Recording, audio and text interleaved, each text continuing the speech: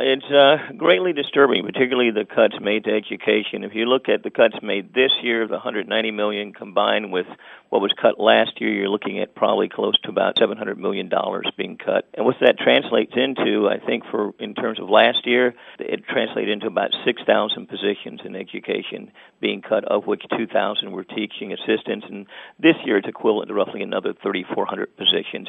We really don't need to shortchange our students. I mean, our students are our lifeline of the future. We need to do all that we can to provide our teachers and our public school system and our public universities with all the resources that they need, because we're moving into a generation where we need to be better, brighter, smarter than ever.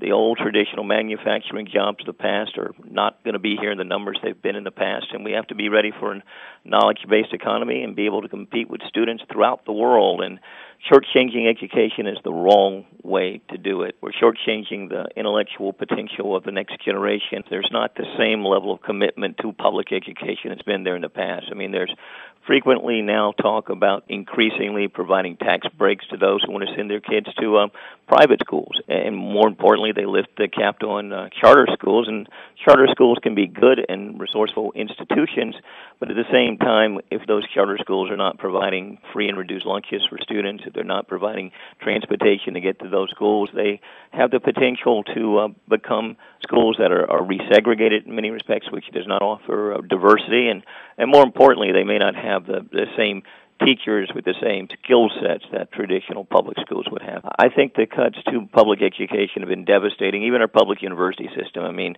you lost over 240,000 classroom seats over the last 2 years, and those are students that can't take classes they need to graduate, and that's not good.